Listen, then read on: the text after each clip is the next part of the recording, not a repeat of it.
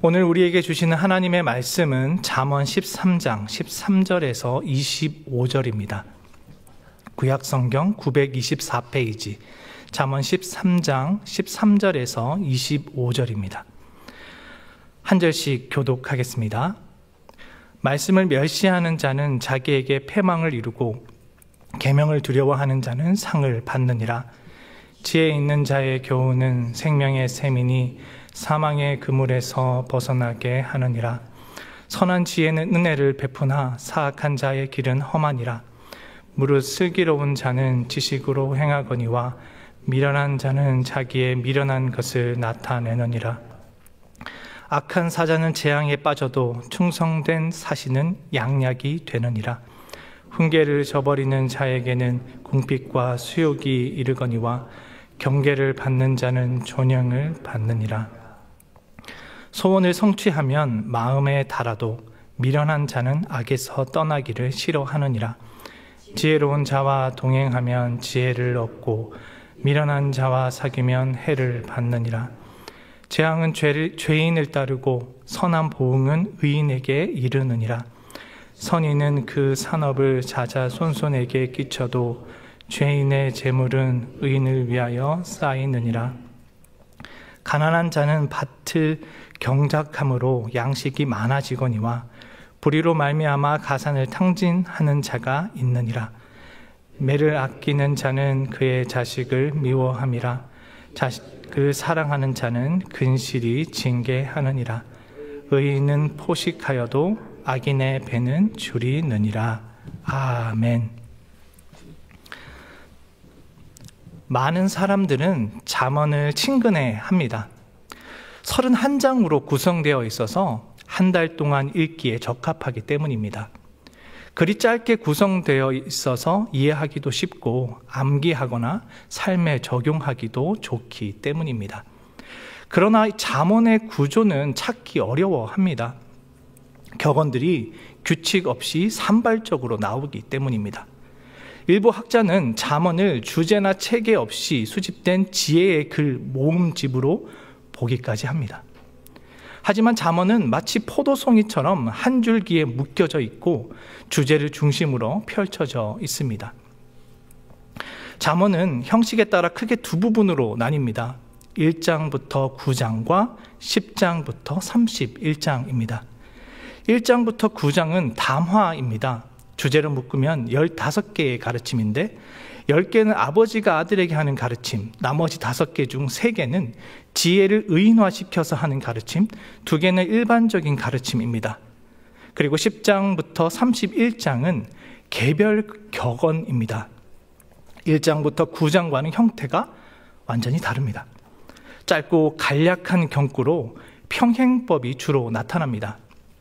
솔로몬, 지혜자들, 아굴, 르무엘 왕 등 다양한 기자의 글들로 구성되어 있는데 내용은 주제별로 묶이기보다 흩뿌려진 글들처럼 보입니다. 후반부의 이런 형식은 잠언을 좋은 지혜 글 모음집으로 보게 만드는 요인입니다. 이런 구성은 현대인에게 어렵게 다가올 수 있습니다. 요즘은 주제별로 글을 써내려가는 방식을 선호하기 때문입니다. 우리가 잠언을 잘 이해하려면 이 고대인들의 지혜서를 이해해야 합니다. 그들이 어떻게 글을 썼고 읽었는지를 받아들여야 합니다. 오늘날과 다른 글쓰기에 우리가 맞춰야 잠언이 읽히기 시작합니다. 잠언은 1장부터 9장에서 잠언 전체를 보는 안경을 제시하고 10장부터 31장에서 그 원리로 직접 지혜를 발견하는 보물찾기와 같은 방식으로 구성되어 있습니다. 그래서 잠언을 이해하기 위해서는 전반부 1장부터 9장을 잘 이해하고 특히 서론인 1장 1절부터 7절을 잘 분석해야 합니다. 그중 오늘 살펴볼 본문은 솔로몬의 잠언 13장 12절부터 25절 말씀입니다.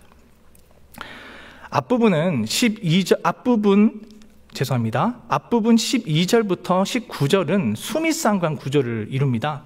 12절과 19절은 소원이란 단어로 둘러싸여 있습니다. 흥미롭게도 안에 있는 내용도 쌍을 이루는 것을 볼 수 있습니다.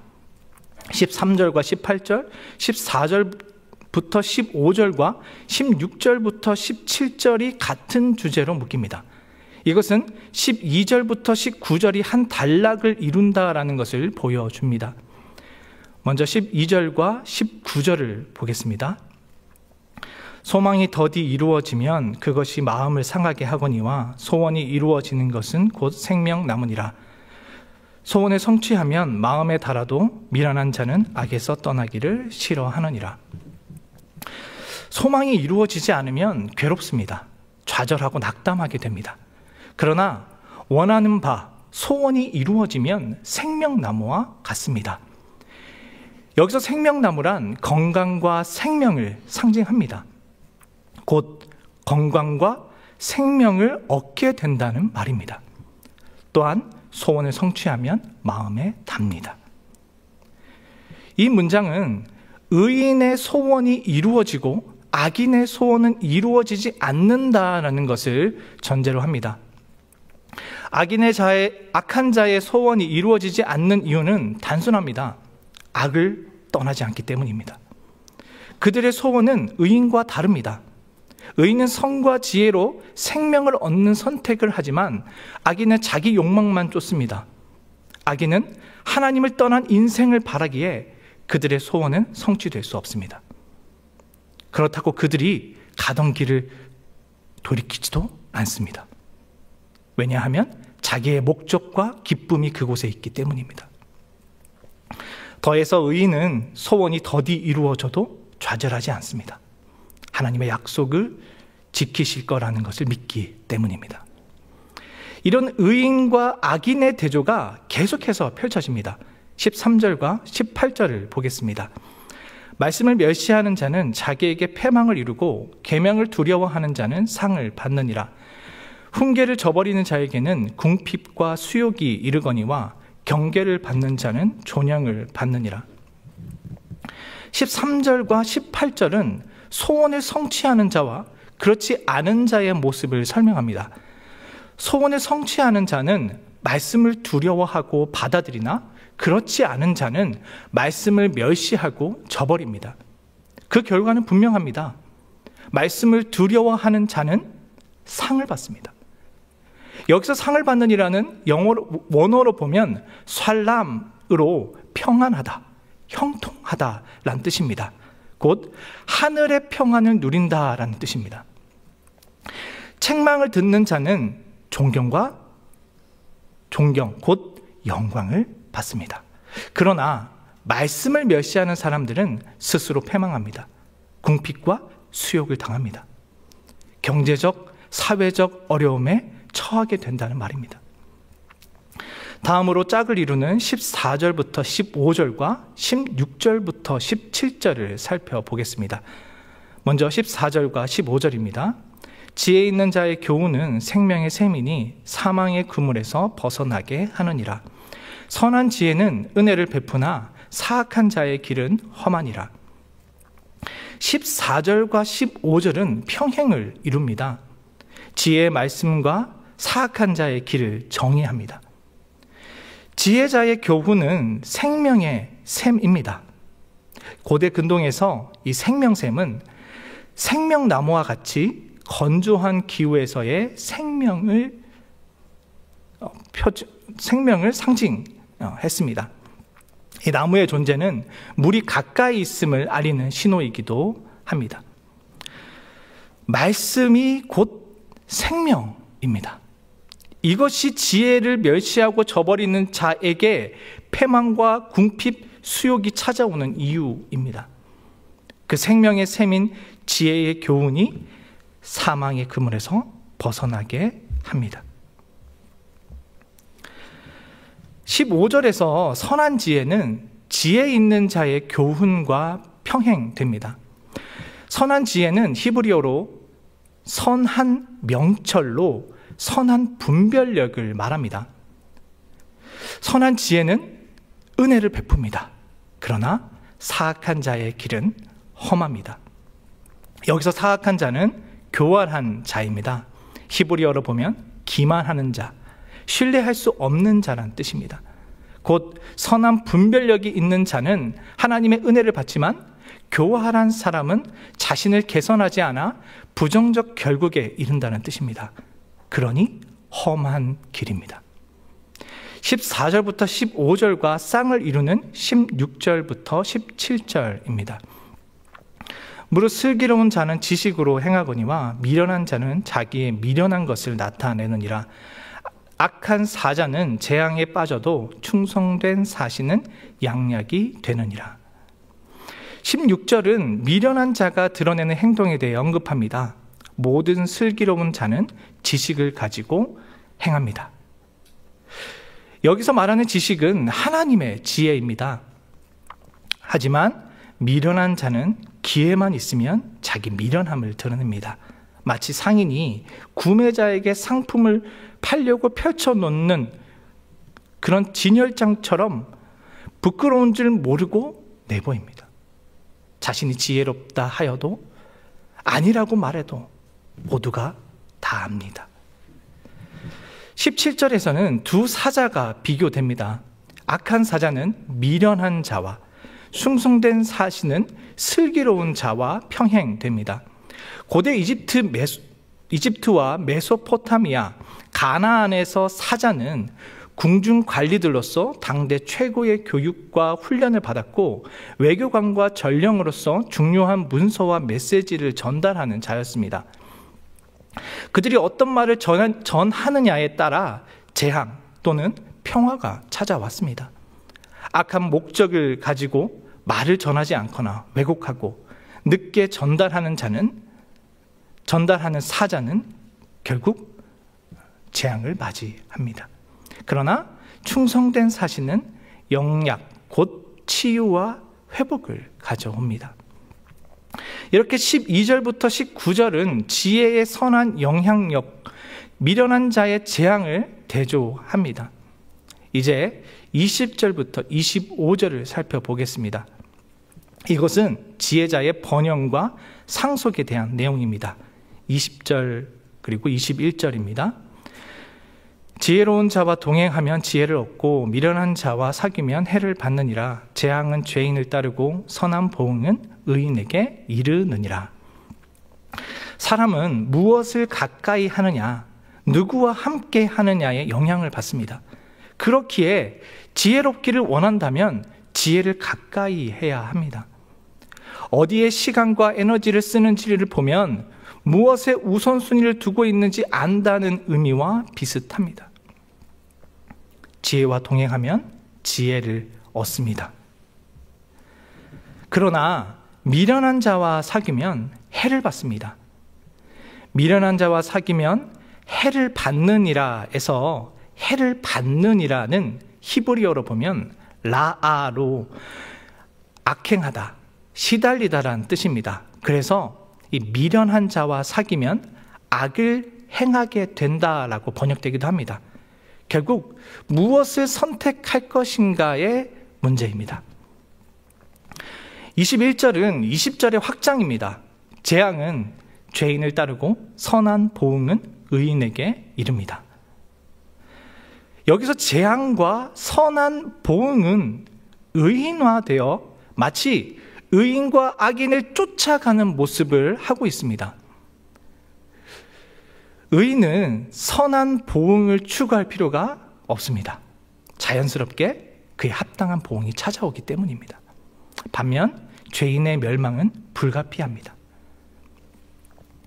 하나님의 진노하심이 그들을 쫓아다니기 때문입니다. 죄인에게는 도망갈 곳도 없습니다. 숨어도 다 허사입니다. 늦더라도 하나님의 심판대에서는 반드시 따라잡힐 것입니다. 하나님이 세상을 다스리고 계시기 때문입니다. 22절부터 23절입니다. 선인은 그 산업을 자자손손에게 끼쳐도 죄인의 재물은 의인을 위하여 쌓이느니라. 가난한 자는 밭을 경작함으로 양식이 많아지거니와 불의로 말미암아 가산을 탕진하는 자가 있느니라. 선인은 자손에게 유산을 남깁니다. 대대로 선한 영향력을 남긴다라는 말입니다. 그러나 악한 사람은 재산이 재산을 자손에게 물려주지 못하고 의인을 위해 쌓습니다. 이것은 미련한 자의 길을 가면 평생 모은 것이 의인에게 넘어갈 정도로 그의 인생이 헛되다라는 것을 말하는 겁니다. 그렇기에 지혜의 길을 걸어라는 말입니다. 그러나 항상 그런 것은 아닙니다. 23절은 22절과 반대되는 경우를 제시합니다. 가난한 자는 밭을 경작함으로 양식이 많아지기도 하지만 불의로 말미암아 가산을 탕진하기도 합니다. 가난한 자의 밭은 경작되지 않은 밭을 의미합니다. 씨를 뿌리지 않은 땅이나 토지를 가리킵니다. 경작, 쟁기질, 을 했을 수도 있고 안 했을 수도 있습니다. 가난한 자는 그 얼마 되지도 않는 밭에서 또 노력 여하에 따라 많은 소출을 거두기도 합니다. 하지만 그들은 때로 불의로 말미암아 가산을 탕진하기도 합니다. 불의로 말미암아는 히브리어로 보면 정의가 없는 곳이란 뜻입니다.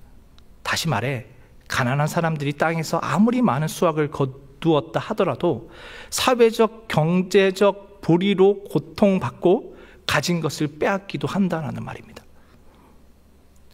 이것은 지혜가 부족한 사회의 현실을 고발하는 겁니다.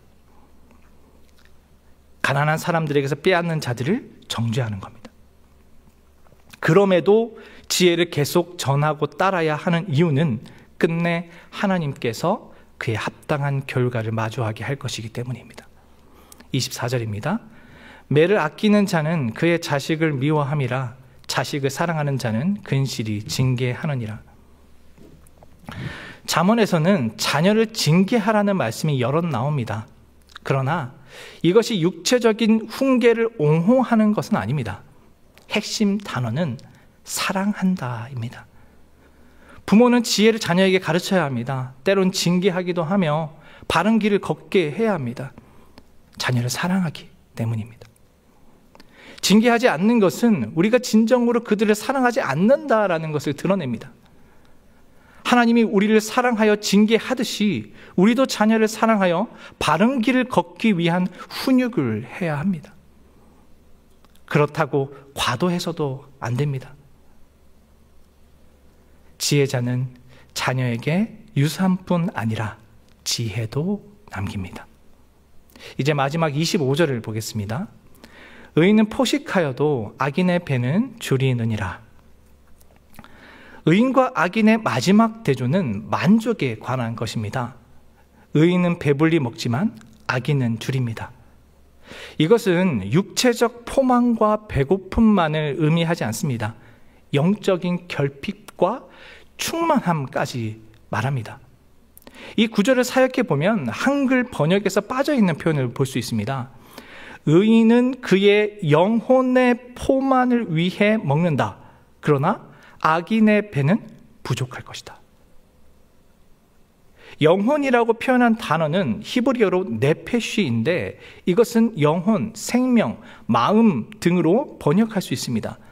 곧 의인의 육적, 영적, 정신적 기쁨과 만족에 대해서 이야기하고 있는 겁니다. 악인은 반대로 그것에 항상 결핍되어 있습니다.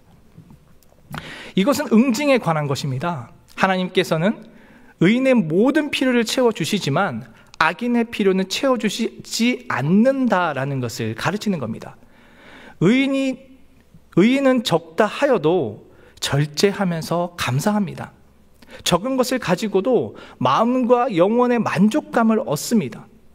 왜냐하면 의인이 누리는 만족은 물질적으로 풍족해서라기보다 하나님께서 함께 하시기에 주어지는 것이기 때문입니다. 바로 하나님으로 만족하기 때문입니다. 반면에 악인은 많다 하더라도 더 큰 것을 바랍니다. 그래서 만족하지 못합니다.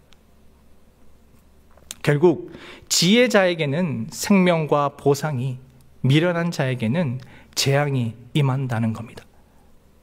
지금 모습이 어떠해 보일지라도, 그러니까 하나님이 우리에게 주신 지혜를 붙들고 살라는 말입니다. 우리는 언제나 선택의 기로에 있습니다. 세상의 지혜를 따를 것인가? 하나님의 지혜를 붙들 것인가? 당연히 지혜의 말씀을 선택해야 합니다. 지혜를 선택하면 만족하게 됩니다. 왜냐하면 그곳에 생명이 있기 때문입니다. 구원을 무엇으로 대체할 수 있겠습니까? 하나님의 말씀이 곧 생명입니다. 또한 지혜를 선택하면 선한 영향력을 끼칩니다. 자기의 삶뿐 아니라 가족, 자녀, 이웃, 공동체의 변화를 가져옵니다. 영약과 같은 회복입니다. 그 지혜가 우리의 가정에 머물러야 합니다. 혹시 만족하지 못하고 계십니까? 그렇다면 스스로에게 물어보아야 합니다. 나는 지금 무엇을 붙들고 있는가? 진정한 만족은 상황이나 환경에서 오는 것이 아니라 주님과 함께 하는 데서 비롯되기 때문입니다. 하나님을 믿는 자는 많이 가졌든 적게 가졌든 그 안에서 만족합니다. 누릴 줄 압니다. 주님께서 영혼을 만족하기까지 채우시기 때문입니다. 하나님 없는 열심은 헛수고에 지나지 않습니다. 세상의 허망함과 완악함 속에서 우리는 지혜를 붙들어야 합니다. 왜냐하면 지혜가 결국 승리하기 때문입니다. 하나님의 세상을 통치하고 계시기 때문입니다. 당장 손해보는 것 같지만 결국은 영광을 마주하게 될 것입니다. 그것을 아는 것, 그리고 그것을 인정하는 것, 이것이 바로 지혜입니다. 주님을 가까이 할 때 비로소 만족과 지혜의 삶이 시작됩니다. 기도하겠습니다. 하나님 아버지, 지혜를 구합니다. 지혜를 낳아 우리로 만족하게 하시고 부족함을 채워 주옵소서. 그리하여 언제나 주님 편에 서고 주님의 것이 되어 부르심에 합당한 삶을 살아가게 하옵소서. 그렇게 잡힌 바 된 그것을 잡으려고 달려가기에 부족함이 없게 하옵소서. 예수님의 이름으로 기도드립니다. 아멘.